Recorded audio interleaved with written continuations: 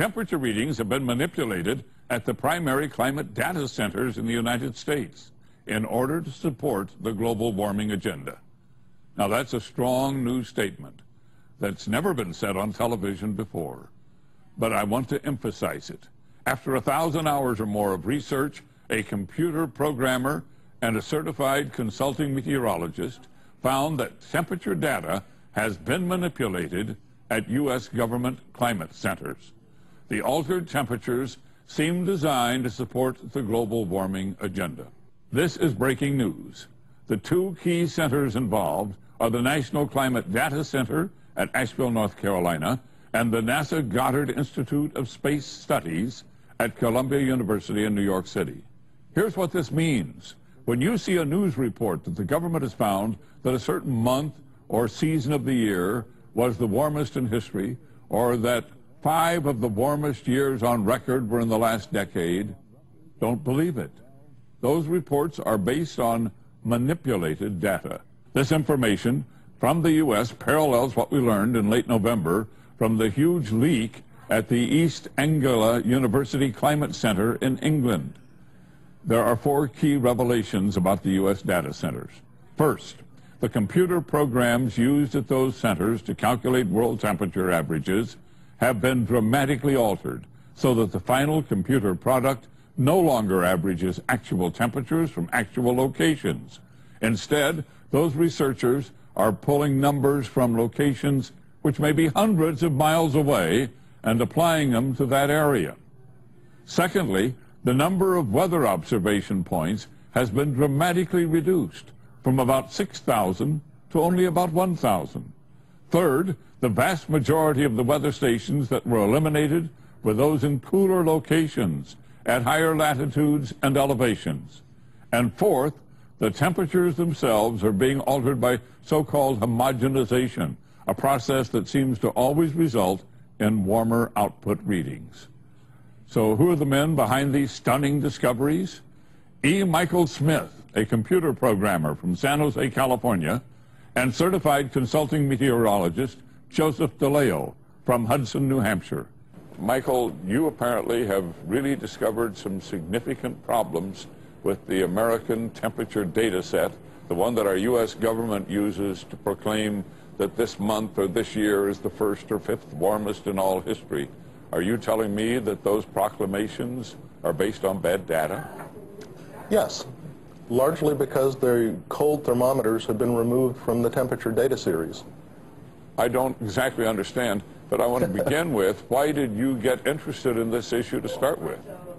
Well, I had been looking at the global warming issue and thought it should be looked at to find out why it was happening. The more I looked, the more I found out it wasn't happening. When I looked in the data, I found a pattern of deletion of thermometers that was surprising, to say the least. What do you mean by that? At the peak, there were about 6,000 thermometers in the data series, and then around 1989 to 1990, it suddenly plummeted to around 1,500. So let's clear this up now. You're talking about around the entire globe of the world, planet Earth, there were about 6,000 points where they were measuring the temperature and reporting it, and it was going into this data set.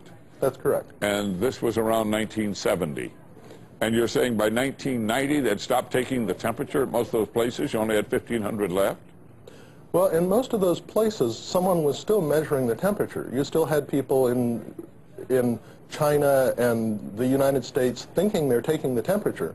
But when that temperature measurement went to the NCDC, National Climate Data Center, they dropped it from the data set. So the Global Historic Climate data set, what everyone uses for these maps, the data flows in, but it never flows out. So now we have data sets in the 1990s based on, let's say, 1,500 temperatures, and previous years on 6,000, and were they comparing one to the other? Yes, the baseline... That's apples and oranges, isn't it? I think it's worse than apples and oranges, but that's the metaphor.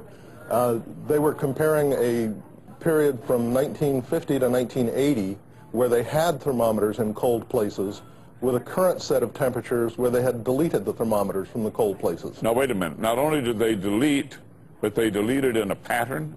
Yes. So, for example, in California, in the GHCN data set, there are 4 surviving thermometers, 1 at San Francisco Airport and 3 down near LA. How do you measure the snowy Sierra Nevadas when your thermometer is on the beach in San Diego? Or the temperature in Fresno, Bakersfield, or Death Valley? Or any of them. No. They simply do not exist in the data set. And is this true all around the world?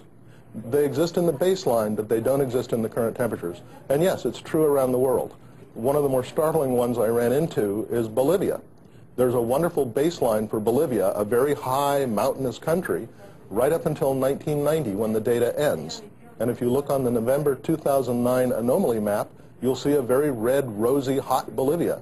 How do you get a hot Bolivia when you haven't measured the temperature for 20 years? Well, how do you? They take the temperature from places up to 1,200 kilometers away and copy it in. They fill in with what they've got, and what they've got is the beach in Peru and the Amazon jungle. Now, you're telling me that they've cut off temperatures, let's say the Northwest Territory, northern Canada. Have those dropped out of the data set? There is no longer any surviving thermometer in the Northwest Territories or Yukon. Those are filled in from somewhere else, which, because there's none in the Arctic either, has to be somewhere more southerly or closer to the ocean where it's warmer. I now turn to Joe DeLeo, and I need to tell you that Joe and I are friends and colleagues. We have a long relationship. Joe helped with my forecasting when I was on Good Morning America back in the 1970s. Then he was my director of meteorology at the Weather Channel. Joe says he was not surprised at what E. Michael Smith discovered. Increasingly in recent years, there's been a discrepancy that's grown between the satellite assessment of global temperatures and the land-based assessment. For example, in June of this year, the national centers announced that it was the second warmest June in 130 years for the planet, while the satellite told us it was the 14th or 15th coldest year in 31 years that they've been keeping records. Obviously, both can't be true. You're talking about points on the planet where there are thermometers, where the thermometer is read and that is put into the computer network and becomes part of the database. Those are observation stations. You're saying that around planet Earth, 6,000 of them were going into the database in the 70s, and that has been reduced by over 75% down to 1,000. Right. Why has that been done? We can only surmise that it was done to show more warming because of the way it was done, country by country. I would like, if you could, to take a U.S. state. Let's take California as an example. It has coastline, has the Central Valley, has the big Sierra mountain range, and certainly highly diverse weather from one of those regions to the others. In California, and in fact for the rest of the world too, they seem to have a disdain for mountains. Are we comparing this data from this 1,000 stations with the data from the 6,000, or did they go back and recalculate all the old data? No, unfortunately, what they've done is they did their average based on the old network, which with all its cold stations, and they're taking only the current data and comparing that to the averages from before and ensuring that you're going to find warming. Joe, this is the United States government. How Yes. can they do this? We ask ourselves that question every day. How can they do this? How can the Hadley Center do this? How can the NASA Center allow this to happen? Follow the money, I guess, is the answer. Are you saying, as shocking as this manipulation is, it's not the first to surface?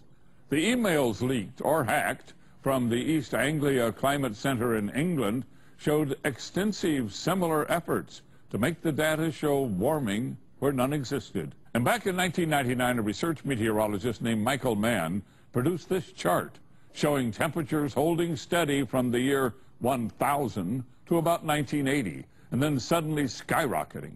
The chart line is said to resemble a hockey stick. But then 2 researchers looked into the program Dr. Mann used and discovered his computer program would produce a hockey stick no matter what data was in the input.